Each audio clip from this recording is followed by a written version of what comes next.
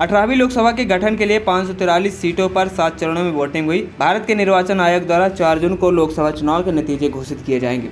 आपको बता दें, इससे पहले 1 जून को अंतिम दौर का मतदान पूरा होते ही एग्जिट पोल के नतीजे सामने आए हैं। इंडिया टुडे एग्जिट माई इंडिया का एग्जिट पोल देश का सबसे भरोसेमंद एग्जिट पोल माना जाता है। 2014 और 2019 के लोकसभा चुनाव और दिसंबर 2013 से दिसंबर 2023 तक 67 विधानसभा चुनाव के एग्जिट पोल्स किए गए। इन 69वें चुनावों में से 64 चुनाव में इंडिया टुडे एग्जिट माई इंडिया के एग्जिट पोल बिल्कुल सटीक साबित हुए।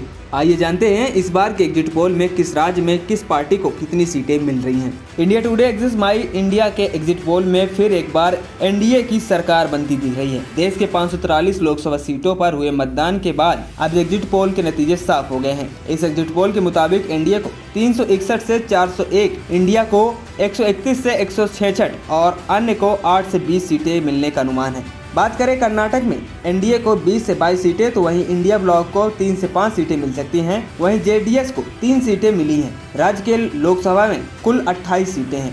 वहीं केरल में एनडीए को 2 से 3 सीटें मिलने जा रही हैं। वहीं कांग्रेस को 13 से 14 सीटें मिलती हुई दिख रही हैं। इसके अलावा यूडीएफ प्लस को 4 सीटें तो एलडीएफ को 0 से 1 सीटें मिलने जा रही हैं। इन आंकड़ों के मुताबिक भाजपा का केरल में खाता खुलता दिखाई दे रहा है। वहीं बात करें राजस्थान की 25 सीटों की तो इसमें एनडीए को 51% वोट मिलता नजर आ रहा है। वहीं इंडिया ब्लॉक को 41% वोट दिख रहा है। वहीं बात करें सीट की तो इंडिया को 16 से 19 सीटें दिख रही हैं। इसके अलावा इंडिया ब्लॉक को 5 से 60 सीटें मिलती हुई दिख रही हैं। वहीं महाराष्ट्र में 48 सीटों के लिए एनडीए के पक्ष में 46% वोट डाले गए हैं। वहीं इंडिया गठबंधन का वोट शेयर 43% रहा है। इसके अलावा सीट शेयरिंग की बात करें तो इंडिया को 28 से 32 सीटें मिलने का अनुमान है। इसके अलावा इंडिया ब्लॉक को 16 से 20 सीटें मिलने का अनुमान है। एग्जिट पोल के मुताबिक पंजाब में एनडीए को 2 से 4 सीटें मिल सकती हैं। वहीं 13 सीटों वाले इस राज्य में इंडिया ब्लॉक को 7 से 9 सीटें मिल सकती हैं। इस राज्य में कांग्रेस और आप अलग अलग चुनाव लड़ रहे हैं। ऐसे में आपको 0 से 2 सीटें मिलने का अनुमान है। वहीं शिरोमणि अकाली दल को 2 से 3 सीटें मिल सकती हैं। वहीं बात करें छत्तीसगढ़ में एनडीए को 10 से 11 सीटें मिलने का अनुमान है तो वहीं इंडिया ब्लॉक को 0 से 1 सीटें मिलती दिख रही हैं। बता दें कि राज्य में 11 लोकसभा सीटें हैं।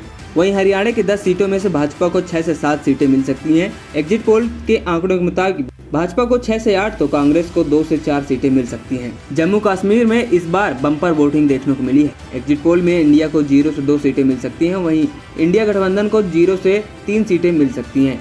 एग्जिट पोल के मुताबिक असम में एनडीए को 10 से 12 सीटें और इंडिया को 2 से 4 सीटें मिल सकती हैं। वहीं उत्तर प्रदेश में इंडिया के पक्ष में 49% वोट पड़ा है। वहीं इंडिया गठबंधन के पक्ष में 39% वोट पड़ा है। सीट शेयरिंग के आंकड़े पर नजर डालें तो इंडिया को 67 से 72 सीटें मिल सकती हैं। इसके अलावा इंडिया गठबंधन को 8 से 12 सीटें मिलने का अनुमान है। वहीं मायावती की बसपा की बात करें तो 0 से 1 सीट कम अनुमान लगाया जा रहा है। तेलंगाना में इंडिया को 43% वोट शेयर मिला है। वहीं इंडिया को 39% वोट शेयर मिला है। सीट शेयरिंग की बात करें तो एनडीए को 11 से 12 सीटें मिलने का अनुमान है। इसके अलावा इंडिया गठबंधन को 4 से 6 सीटें मिलने का अनुमान है। वहीं उत्तराखंड में एनडीए को 60% वोट शेयर मिलता दिख रहा है तो वहीं 35% वोट शेयर इंडिया गठबंधन को मिल सकता है। इसके अलावा सीटों की बात करें तो सभी 5 सीटें भाजपा को मिलती दिख रही हैं। वहीं पश्चिम बंगाल की 42 सीटों पर एनडीए के वोट शेयर की बात करें तो 46% रहा है। वहीं टीएमसी के वोट शेयर की बात करें तो 40% वोट तृणमूल के पक्ष में पड़े हैं। राज्य में इंडिया गठबंधन में सहमति नहीं बन सकी थी। टीएमसी और कांग्रेस ने अलग अलग चुनाव लड़ा था। बंगाल में बीजेपी को 26 से 31 और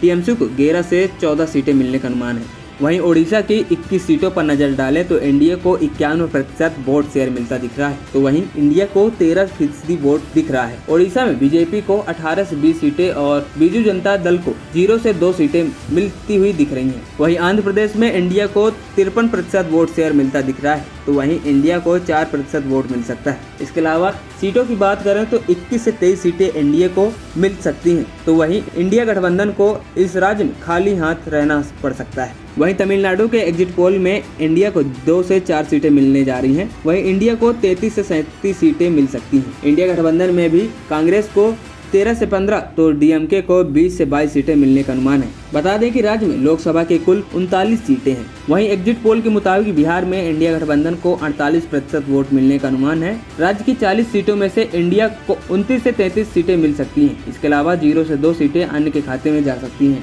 वहीं बात करें देश की राजधानी दिल्ली में बीजेपी को 6 से 7 सीटें मिलने जा रही हैं और इंडिया के खाते में 0 से 1 सीटें मिल सकती हैं। वहीं गुजरात में एनडीए को 63% और इंडिया को 33% वोट शेयर मिला है। सीट के हिसाब से बात करें तो इंडिया को 25 से 26 सीटें और इंडिया को 0 से 1 सीटें मिलने का अनुमान है। गुजरात में लोकसभा की कुल 26 सीटें हैं, जिसमें से सूरत सीट पर चुनाव नहीं हुआ क्योंकि भाजपा के उम्मीदवार ने निर्विरोध ही यहां से विजय प्राप्त कर ली है। वहीं एग्जिट पोल के मुताबिक झारखंड में एनडीए को 8 से 10 सीटें मिलने का अनुमान है। वहीं इंडिया गठबंधन को 4 से 5 सीटें मिल सकती हैं। 14 सीट वाले राज्य में भाजपा प्लस को नुकसान दिख रहा है। वहीं बात करें गोवा में एनडीए को 52% वोट मिलता दिख रहा है, तो वहीं 43% वोट इंडिया को मिलते दिख रहा है। इसके अलावा सीट शेयरिंग की बात करें तो 2 में से 1-1 सीटें दोनों दलों के खाते में जाती हुई दिख रही हैं। वहीं मध्य प्रदेश में इंडिया को 33% वोट मिलने जा रहा है। सीट की बात करें तो 29 सीटों वाले राज्य में एनडीए को 28 से 29 सीटें मिल सकती हैं। इसके अलावा इंडिया को 0 से 1 सीटें मिलने का अनुमान है।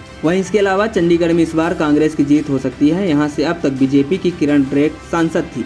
इस बार यहां से कांग्रेस के मनीष तिवारी चुनाव जीत सकते हैं। वहीं असम की 14 लोकसभा सीटों में से 9 से 11 बीजेपी के खाते में जाने का अनुमान है। कांग्रेस को 2 से 4 सीटें मिल सकती हैं, जबकि अन्य पार्टियों को 2 सीटों पर चुनाव जीत सकती हैं। वहीं जम्मू कश्मीर की 5 सीटों में से 3 पर इंडिया ब्लॉक को जीत हो सकती है। वहीं 2 सीटों पर बीजेपी को जीत मिलती हुई दिख रही है। इसके अलावा त्रिपुरा की दोनों सीटें एनडीए के पास जाने का अनुमान है। खबरी चौखट की रिपोर्ट।